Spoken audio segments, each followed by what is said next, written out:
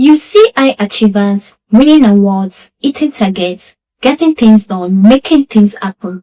Yet, many of them are physically exhausted, mentally drained, emotionally detached. The surprising truth, burnout doesn't always announce itself. In fact, many high performers suffer in silence. Today, we'll explore why that happens and what to do before it takes hold. Now, I'm going to be reading this. What's especially striking is that burnout among young people didn't suddenly explode. It's been quietly rising year after year since 2022.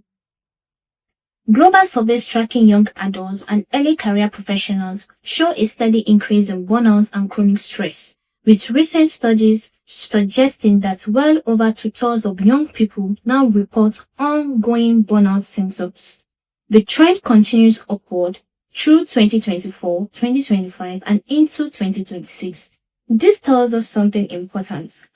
Burnout isn't about individual weakness. It's about systems, expectations, and definition of success that rewards endurance instead of recovery. Arianna Huffington, after building a world media empire, said it best: burnout is not the price you have to pay for success. It's not a sign of weakness or failure. It's a signal that our current approach to success is unsustainable. High performers often tie their identity to excellence, achievements, and constant outputs. This makes it hard to slow down or speak up when the mind and the body needs a pause. Success is often narrowly defined as money, power, or recognition.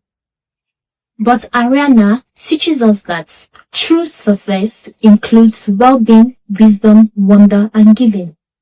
Without this, high performance become high pressure. Emily and Amelia Nagoski offers a complementary perspective. They explain that burnout isn't caused by stress alone, but it's caused by unfinished stress. Stress is a natural part of life, but when it lingers in the body without completion, it accumulates quietly. Even after a deadline passes or a challenge resolves, the body may continue to act as if the emergency never ended. Imagine you've been preparing for a major presentation for weeks. Your body is alert, your heart rate slightly elevated, your mind sharp. You deliver it successfully, the room applauds, the meeting ends. Logically, the stressor is over. But that night, you are still restless. Your shoulder feels tight. You are unusually irritable. The deadline passed, but your nervous system didn't get the memo. This shows stress response activation, lingering physiological response, no dramatic moment. That's what the Nagoskis mean by unfinished stress. The event ended, but the body hasn't fully processed and released the stress response. This is why high achievers usually feel depleted even after a vacation, after an accomplishment, or a successful launch.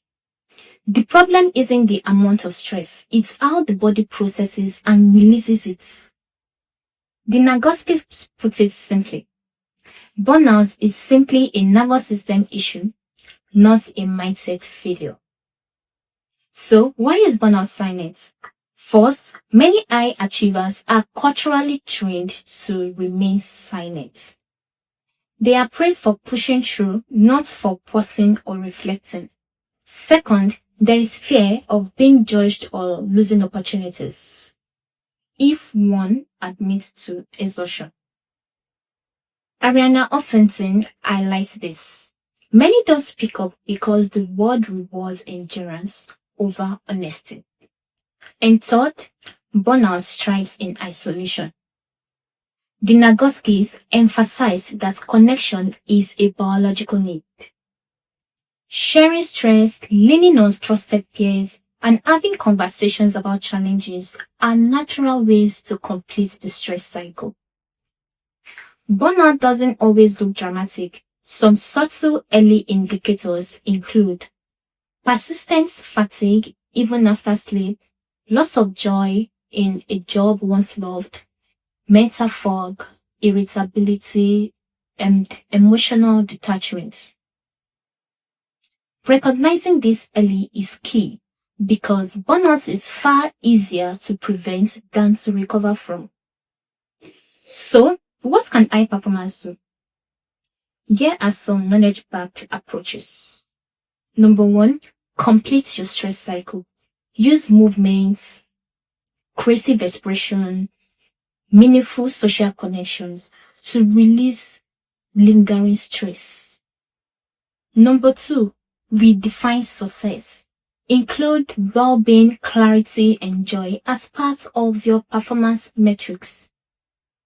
Number 3, prioritize recovery as performance strategy.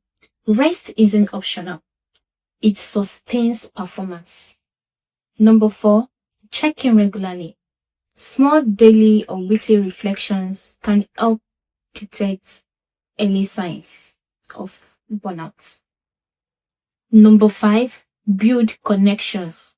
Trusted peers, mentors, coaches aren't just supports. They help regulate stress biologically. As Arianna says, rest isn't stepping back from ambition. It's the engine that keeps it running sustainably. Burnout is not a sign of weakness. It's a signal, one that high performers often ignore quietly. By understanding how stress works in the body, redefining success to include well-being, and taking intentional steps to complete stress cycles, high performers can thrive without sacrificing themselves. So ask yourself, am I running on endurance alone or am I giving my body the recovery it deserves? Burnout doesn't have to be your secret. Awareness, action, and connection are your greatest allies.